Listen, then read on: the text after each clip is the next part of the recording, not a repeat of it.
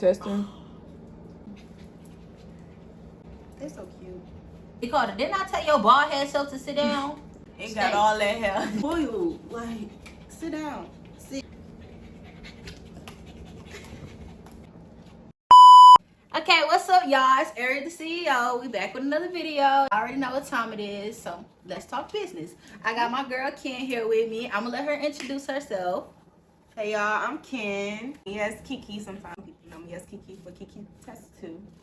Okay, so Kenn, tell us a little bit about your business. Okay, so I have two businesses that I'm gonna talk about. The first one, I do tattoos. I've been doing tattoos since 2020. It's 3 years now, and I'm gonna keep going. The second business that I'm gonna talk about is Cash Collector. I've been having that business since high school. I just relaunched it last year in 2020. So. And before we continue, I just want to let y'all know that these interviews are completely chill. Like, you know, it's never anything serious, nothing like that. Like, we got our fur babies in the back, and they is acting a fool right now. Okay, so you said your business names were Kiki Tattoo and Cash Collector. Okay, can you tell me a little bit about your business names, like why you decided to name them that? Honestly, so my tattoo business, my aunt named that for me. I was just thinking about, I couldn't come up with a name because I have so many things that I do that has a name. So she was like, why not Kiki Tattoo? And the way it's spelled is KEKETATZTOO. So, you know, she does that as well. And my nickname that my family knows is Kiki, so yeah. Okay. And Cash Collector? Cash Collector. Sorry. Yeah, yes. I'm just like but that just came to me with like what my brand represents as well. Is like, I know a lot of people that basically like get it out the mud, so really like everybody is a cash collector, collect some cash. So that's how I came up with the name. Okay. And so what inspired you? What inspired me? Honestly, myself. I like to create things. I like to share things. I like to help people. So when I came up with my businesses, like that was my goal. Like, okay, I want to create things, help people, share my love for the things that I like to do with everybody else. Okay. And so you talked about your clothing brand that you've been having since high school, correct? Okay, so how many years is that? I've been out of high school for 4 years now. I'm asking you like you know. It's been a while because I've actually, so I started my first brand with Melanin Collection. And that was the first name. Then I changed it to something else, which was Cash Collection. Then when that didn't work for me out, Cash Collector, hopefully that's my final name. So yeah, that's how long I've been having it. And okay, so being that you're an entrepreneur with multiple businesses, what do you feel like your best way to promote is? Like something that works just best for you? As of right now is social media. I mean, social media, everybody's on social media. I use Instagram, TikTok, and Facebook as my main points, but also I use Snapchat. Okay. And do you feel like either like a certain app is more like this my go-to, like I'm gonna always go here, and then the others are kind of like playoffs, or is this across the board? Across the board. I try to make sure I have a certain system. Like, my first thing, I'll go post everything on Instagram. Then from those videos, I'll take it to TikTok and make it into something. After I make my TikTok, then I post it on Facebook. And then Snapchat, just get whatever. I got a little system. Okay. Snapchat like the private store. Okay. So everybody don't get the exclusive. Yeah. Okay. It's like bloopers and everything. That's what I'll be Snapchat for. So can you explain kind of like a day in the life of me? Yeah, like this you running the business. Yeah, we're running your business. A day. Okay, I'm gonna do tattooing first because that's the easiest. A day in the life of tattooing. Literally, some days you'll get 5 customers. Some days you'll have 1. Some weeks you'll go and you getting paid. Some weeks you'll go and you not getting paid. So it's just really like a roller coaster with tattoo. For me right now, that's what it is.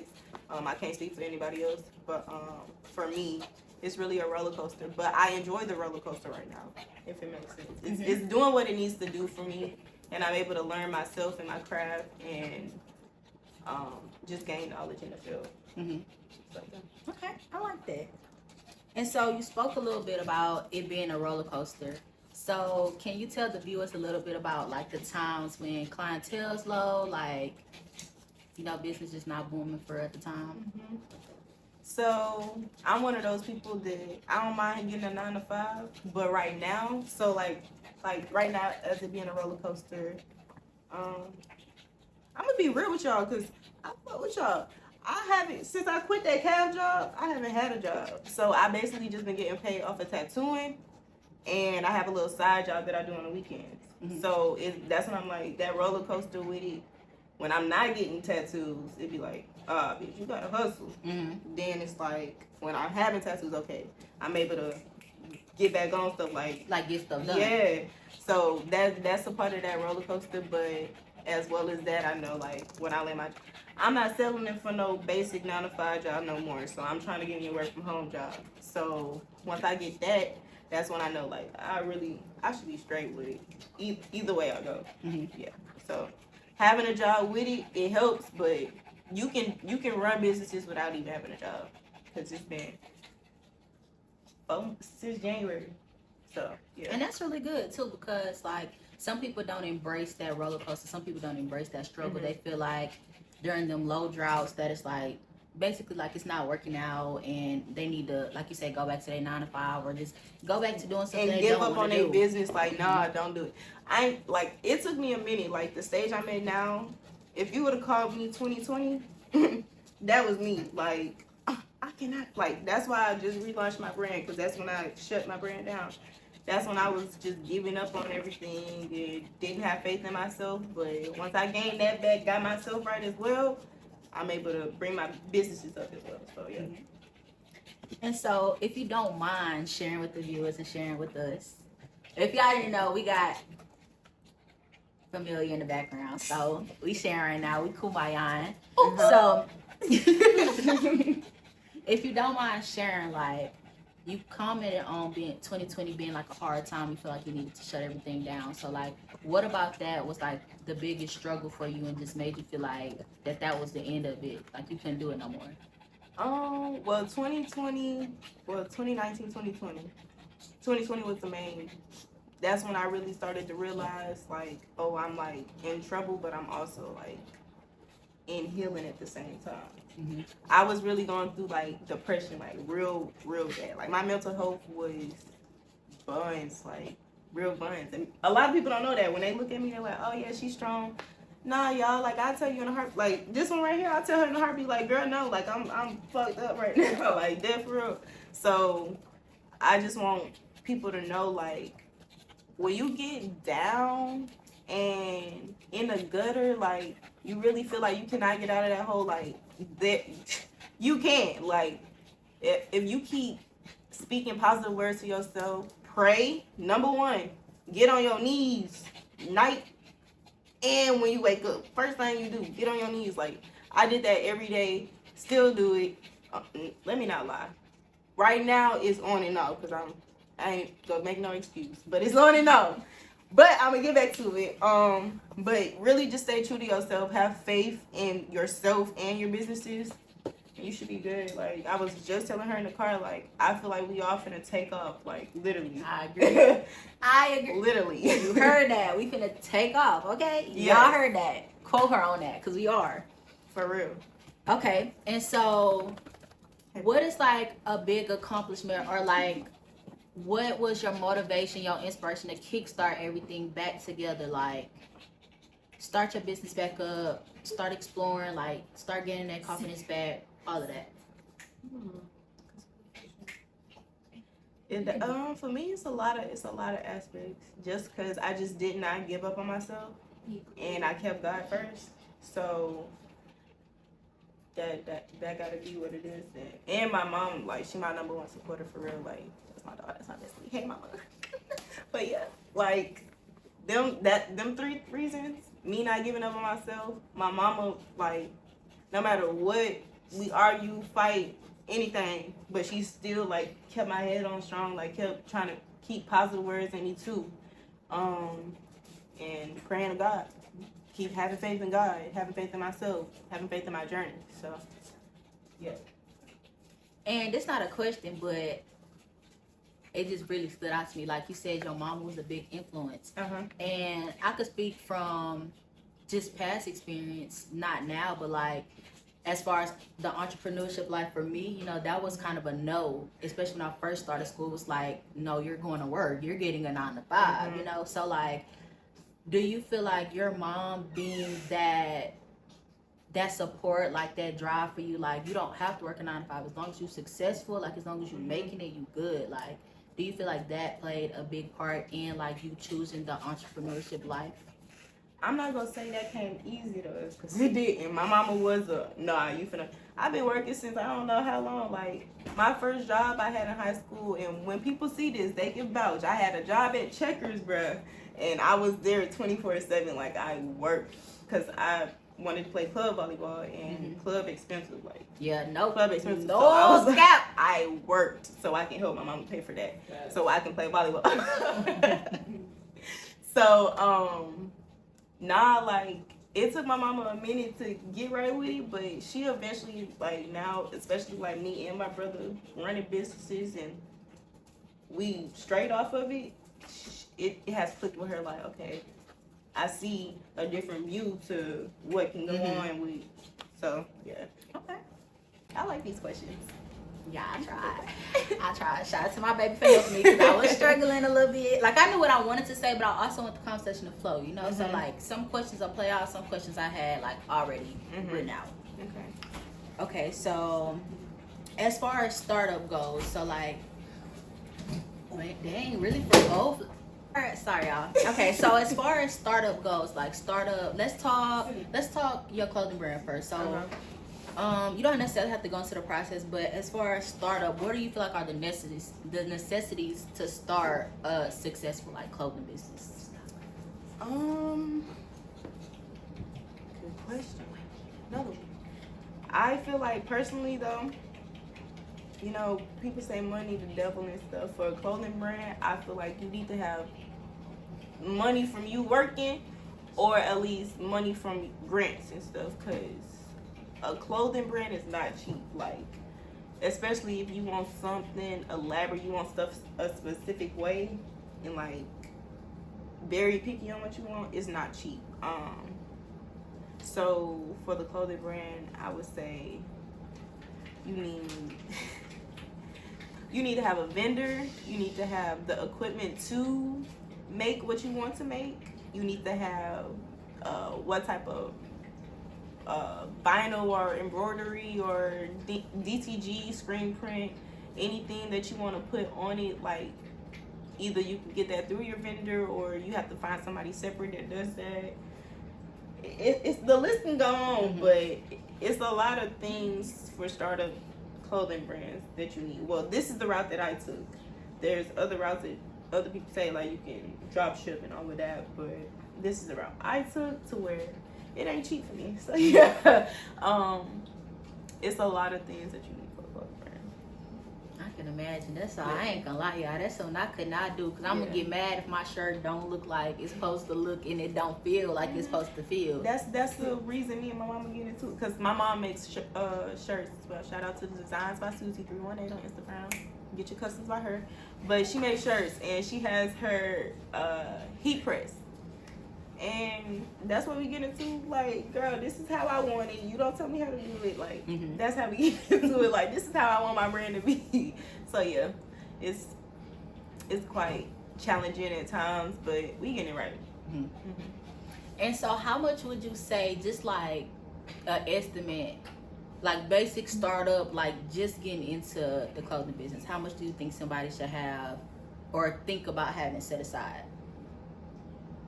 It depends on what they're trying to do. To be real, like, me, the first time I dropped mine, I had 5,000.